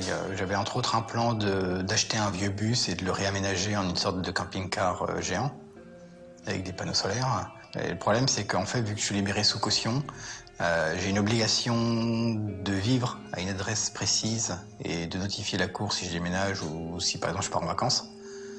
Donc du coup, ça veut dire que si je veux faire ce genre de bus, je pourrais pas l'utiliser avant un certain temps, c'est un peu dommage. Où est-ce que tu as merdé pour en arriver finalement à te prendre un an de tôle Je pense que d'abord, la première chose, c'est lors de l'acquisition de Mongox. L'offre initiale de Mongox, c'est pas d'argent initialement payé, juste 6 mois où on partage moitié-moitié les revenus, et puis après 12% départ. Sur ce coup-là, oui, j'ai complètement... j'aurais dû voir le machin, il est gros comme une maison. Le truc, c'est que ça faisait déjà pas mal de temps que j'ai des JED sur du développement et d'autres trucs. Donc je me suis pas attendu à ce qu'il me balance une pourriture comme ça dans la gueule. There's a lot of suspects in the collapse of Mt. Gox. And of course, Mark is a great suspect himself.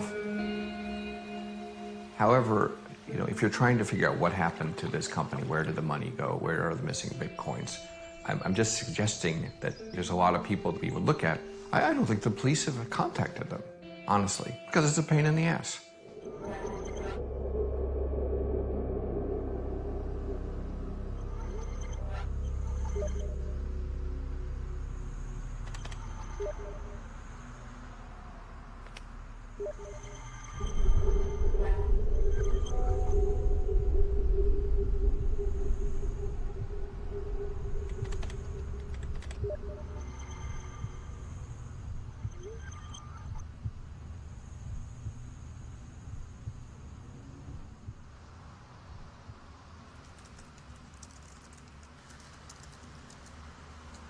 We got a giant envelope full of papers.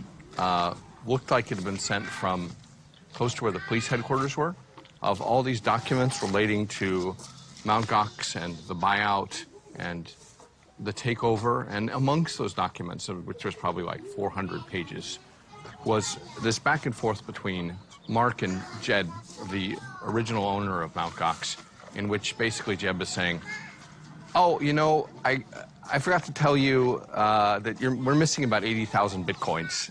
There's a whole bunch of different ways you could sort of make up the difference. Good luck. Mark is just thinking he's getting, a wonderful deal on like a solid gold horse, but he doesn't know that it's basically a Trojan horse that's painted gold.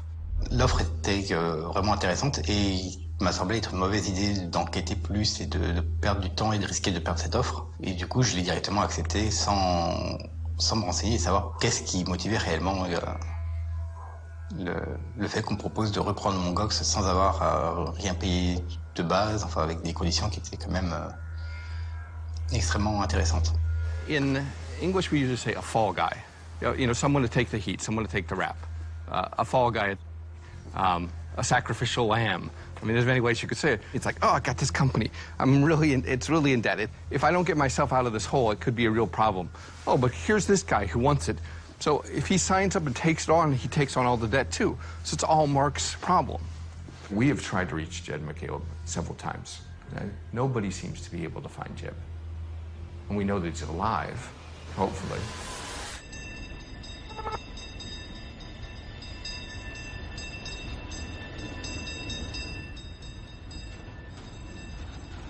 Running a business is a lot of responsibility, right? And this is one of the things that I explicitly did not want to have here, right? Because there is a lot of risk in this kind of business. There's regulatory risk. There's people are always going to try to be hacking you and stuff like this. It's a kind of headache that I didn't want to have, right? So I explicitly looked for somebody else to assume this responsibility. Mark purported himself to be this security expert, so he seemed like he'd done lots of stuff with banks before. It just seemed like he would actually be a good person to run Mt. Gox. I don't think Jed just wanted a fall guy. I think he wanted Mt. Gox to actually work. That's why he kept 12%.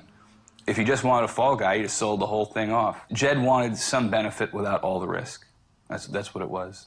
The Bitcoin loss actually happened after he took over. Basically, I gave him access to all the servers, and then a week later or something like that, there was someone compromised them and was able to steal from our hot wallet, essentially. 80,000 Bitcoin sounds like a tremendous amount now, and it is a tremendous amount now, but back then it wasn't a big deal, right? So, when Mark bought the company or got the company, those 80,000 Bitcoins worth maybe $20,000. That's a doable debt.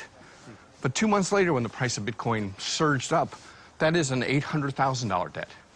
And that is not something that Mark had. That may have been the birth of Willybot. Willybot, il va essayer de racheté cette dette petit à petit. En gros, l'idée, c'est que mon GOX, au début, manquait de Bitcoin. Et donc, dans le cas où la valeur du Bitcoin augmente, ça veut dire que la dette voit aussi sa valeur augmenter. Et pour stabiliser la dette, l'idée était de transformer donc la dette Bitcoin en dette dénominée en dollars, par exemple. Auquel cas, cette dette-là est plus stable. Concrètement, pourquoi ne pas avoir dit à tes clients qu'il y avait un bot qui tournait et pourquoi ne pas avoir été transparent là-dessus? C'était une des conditions initiales lors de l'achat de mon GOX. Et ce type d'activité devait rester jusqu'à ce que le trou soit couvert au moins secrète. Et donc la seule solution, c'est de limiter le nombre de personnes qui sont au courant. Buyer agrees to indemnify seller against any legal action taken against buyer or seller with regards to mountgox.com or anything acquired under this agreement. Okay, well, it just says that Mark's going to indemnify Jed if any action is taken against, against Jed regarding Mt. Gox. It's not non-disclosure. I mean, he can talk about whatever he wants to talk about. It's like pretty standard legal clause where, as a seller of something, the buyer indemnifies you to make sure that they're not going to come back to you later and be like, sue you for something that you no longer have control over, right?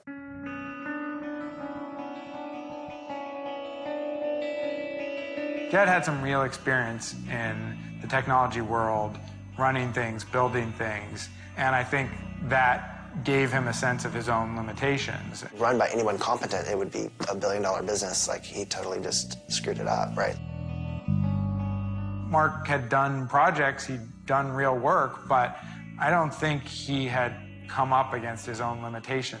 Probably with Bitcoin, he was forced to become at least somewhat aware of them quite quickly, but I think Mark also had an ability to blame others rather than to sort of accept his own role, his own shortcomings.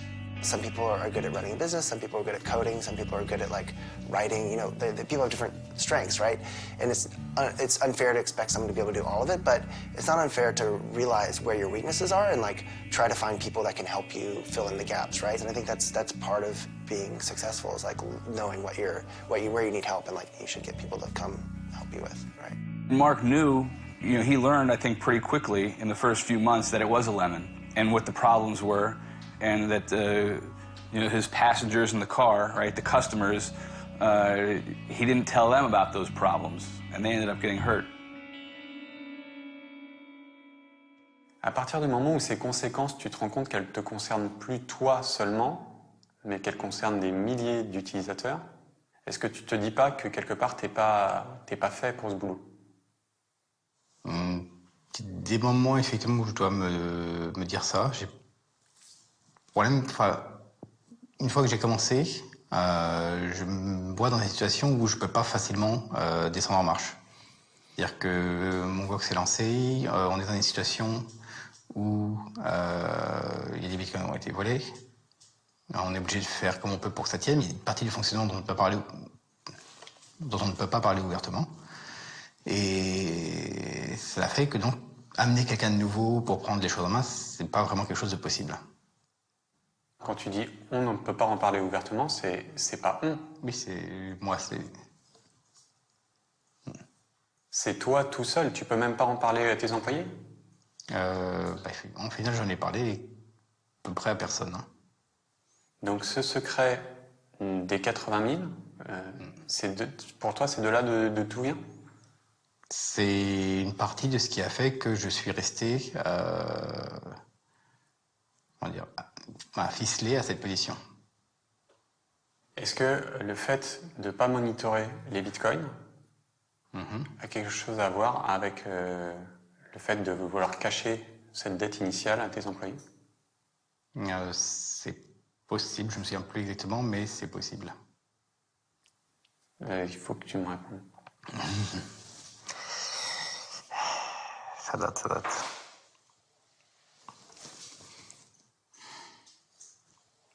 Même si on avait gardé des comptes de Bitcoin, je ne pense pas que ça aurait été rendu public, même au sein de la boîte. Donc, je ne sais pas, en fait. Attends.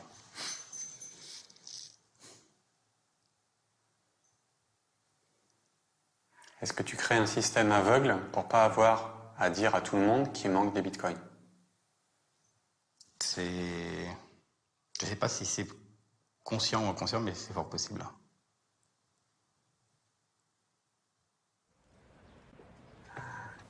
How are you? Oh, pretty good, pretty good. How are you? I'm good. Good to see you again. Come on in. Nice to see you. Over there.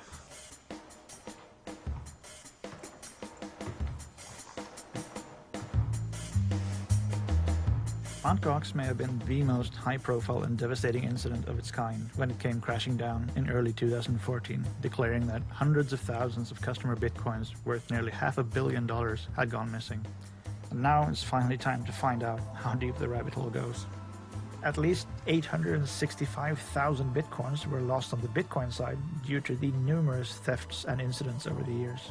The single by far most damaging act occurred on September 11, 2011, when hackers who had penetrated the main server silently made a copy of the hot wallet private keys. At least 630,000 bitcoins were taken out through these private keys. If you imagine making a small hole in the wall of the bank vault, and it's enough to get your arm in, and you can grab any coins that you can reach.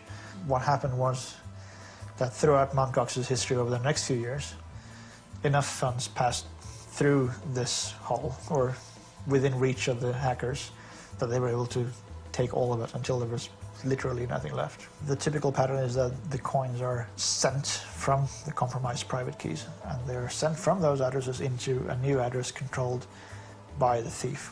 A big majority of all the funds goes to the BTC exchange.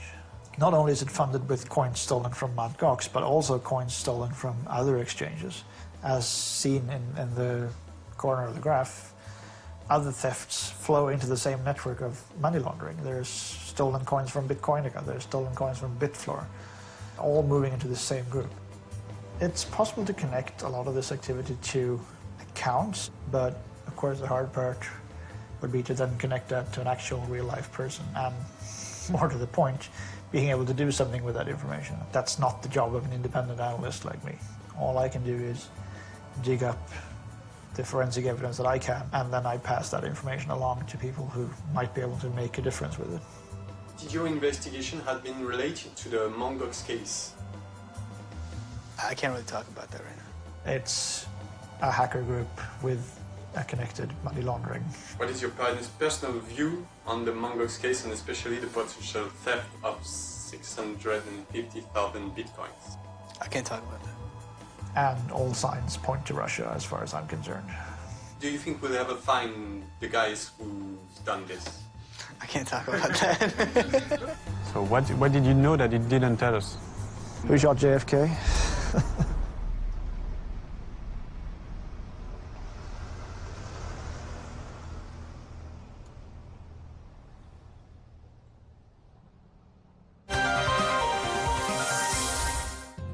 Arrested Alexander Vinnik, accused in Bitcoin billions of dollars fraud, according to BBC.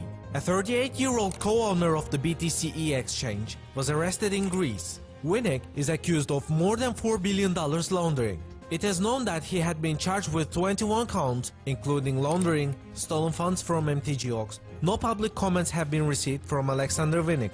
Experts believe that, in general, this situation is even positive for Bitcoin. Too many people were naive, you know? You have to remember that the early people in the Bitcoin space, they were not sophisticated investors, monetary economists, high-flying financial guys, whatever. They're just really naive code monkeys, really. Just nerds and geeks. Nice people. Plain. So they didn't know. They got robbed. They got robbed.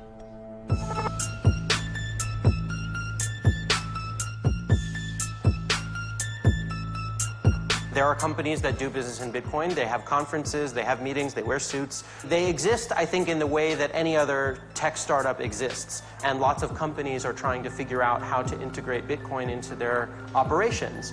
It has now become pretty much kind of almost background noise to Silicon Valley. So our next speaker isn't too much of an introduction. He's going to be called Bitcoin Jesus. In the earliest days when I got involved in Bitcoin, 99.9% of the people that were on the first Bitcoin forum there, they all saw the world so similarly to myself and were excited for the same reasons. But this is the next step for Bitcoin. If Bitcoin's going to grow to influence and change and improve the entire planet, then everybody has to be using it, not just the early libertarians or early computer nerds. We need the businessmen and the bankers, and everybody else has to be involved. We need everybody all together. So change is sad, but it's part of life, too. There are few utopian schemes that manage to survive the real world. And, Bitcoin was no different. Even if it doesn't, fulfill somebody's philosophical beliefs, it works. Bitcoin inherently a bad thing? Is it an evil thing? No. But it can be used for bad things. Everything from terrorist financing to ransomware, hacking, public corruption, drugs, drug trafficking organizations. That's the thing. It's money now. Like as a monetary economist, and even as a technological enthusiast, what you would really like is for something as wonderful as Bitcoin to be handed to humanity like on a cloud. Just coming in, here is your gift, and everybody will start using it, But that's not the way it happens. It has to enter in through financial markets and become economically viable, meaning that it has to pass through this weird stage where people are testing things and buying it and selling it. Every technology does this. It was the same with railroads, back in the 19th century. There were all kinds of scams, bankruptcies, injuries, accidents, terrible things happen. But at the end of the day, we've got railroads, and that's awesome.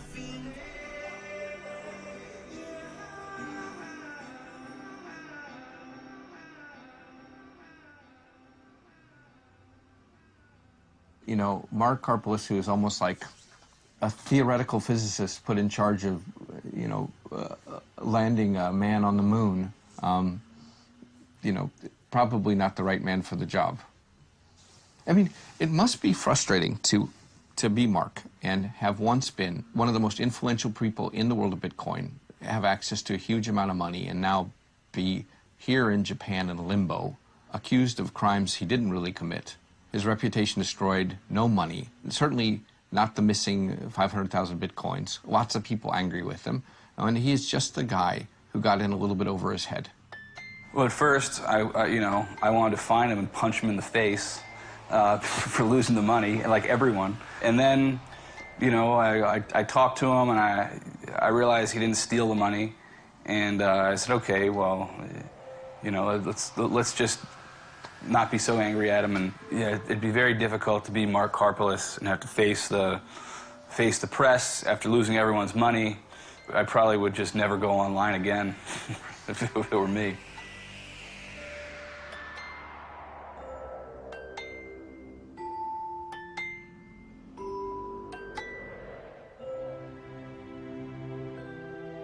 J'ai été libéré d'un gros poids d'une certaine façon avec la disparition de mon GOX. Mais j'ai toujours cette histoire de procès en cours, mais j'ai aussi un certain nombre de devoirs envers les clients qui étaient clients de mon GOX. Toute cette affaire, c'était beaucoup de remise en question et c'était aussi un grand coup dans mon ego professionnel d'avoir été hacké, d'avoir manqué, d'avoir vu ça pendant des années, d'avoir au final commis un certain nombre d'erreurs qui ont amené à cette situation, dans le sens que ce qui s'est passé, c'était clairement un manque de compétences de ma part. Après, on peut m'accuser de pas mal de choses. Mais d'avoir volé des bitcoins, non. Enfin voilà, c'est... Est-ce que tu apprends de tes erreurs ou pas? J'apprends, oui. Enfin, en tout cas, j'ai l'intention... c'est mon intention d'apprendre de mes erreurs. Après, je sais pas, je me vois pas de l'extérieur. Je suis moi, donc j'ai une certaine limite dans ce que je peux voir. Je sais pas si ce que j'apprends et la façon dont j'adapte mon comportement est adéquate ou pas. Certaines personnes qui nous ont dit qu'ils ne seraient pas étonnés si tu étais atteint du syndrome d'Asperger. Tu vois ce que c'est le syndrome d'Asperger? Oui, je connais ce que c'est, mais... Est-ce que ça te parle ou est-ce que tu trouves que c'est fantasmagorique ou... C'est pas impossible, je dirais. Quand j'étais jeune, c'était pas trop à la mode de faire ce genre de dépistage. Mais c'est, comme je dis, c'est pas impossible. Quand je regarde sur le net, entre autres les personnes qui ont ce genre de soucis, je vois pas mal de points communs aussi. En général, les gens qui sont victimes de ce syndrome, ils ont du mal à regarder dans les yeux. Toi, tu regardes très bien dans les yeux. Oui, j'ai beaucoup appris aussi par moi-même à compenser ce genre de soucis. Si je me souviens bien, je crois que c'est quand j'étais au collège, j'ai dû me faire engueuler là-dessus, plusieurs fois. Et du coup, j'ai pris l'habitude d'essayer de me forcer à regarder, donc n'importe quel point sur le visage, le nez ou autre chose. Et en pratiquant ça pendant pas mal d'années, ça devient une habitude. Donc là, tu regardes mon nez? Là, je regarde en fait le coin de ton œil droit. C'est-à-dire que j'ai passé 30 ans à vivre avec moi. Et du coup, j'ai développé un certain nombre de méthodes et comment dire, d'habitudes pour me faire passer pour un humain. Et ça marche beaucoup plus facilement au Japon qu'en France. Parce que par exemple en France, quand tu fais par exemple la bise à quelqu'un, tu fais 2, 3, 4 fois, ça dépend, et tu vis dans le nord, dans le sud, c'est... Alors qu'au Japon, par exemple, ouais, tu fais un bonjour, ça marche partout. C'est moins stressant. Ça prend beaucoup de place dans ta vie au quotidien, ce réajustement permanent à l'autre? Un petit peu. Ça dépend de la situation, ça dépend de pas mal de choses. Si tu veux un exemple, par exemple, là on est en train de parler, on est assis à une table, je passe peut-être 20-25% de mon conscient à réfléchir à ce que je dois faire avec mes mains. Est-ce que je les mets comme ça? Est-ce que je les mets comme ça? Fermer les mains, c'est un signe psychologique qu'on est fermé, donc non, il faut pas. Mettre les mains sous la table, ma grand-mère, elle dit il faut pas, donc non. Enfin, Mais c'est une volonté de contrôle, alors? Mais c'est... Je passe mon temps à y réfléchir. C'est-à-dire, si je laisse mes mains comme ça, au bout d'un certain temps, je me dis, est-ce que ça va pas être pas naturel de pas du tout bouger les mains? Donc pareil, je regarde aussi ce que tu fais et je t'imite. Tu veux un stylo? Pas besoin, mais...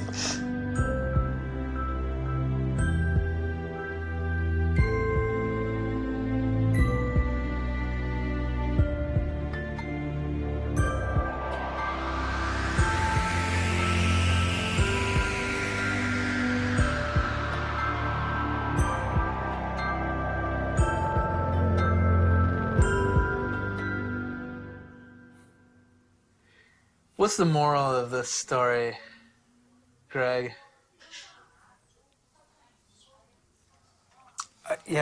Look, I'm not sure what the moral is here, apart from if you're selling a product, make sure you've got that product before you tell everybody we're open for business.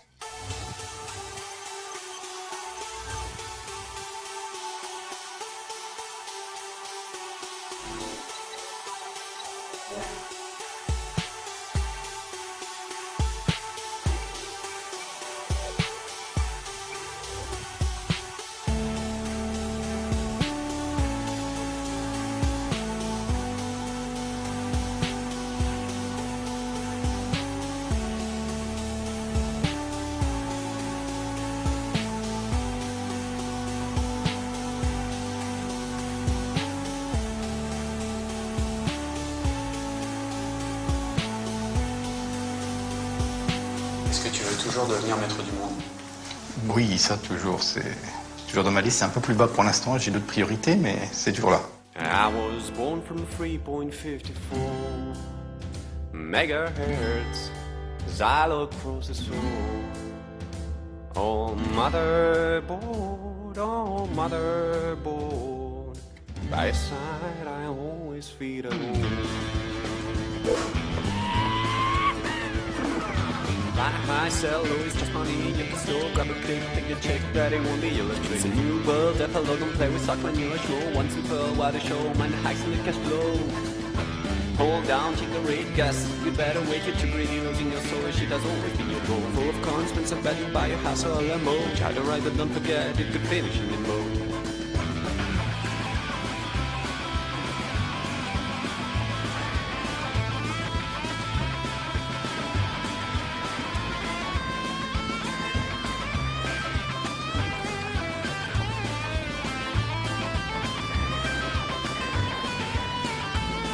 You boys in the band, but they don't understand that in peace we rust, but in growth we trust.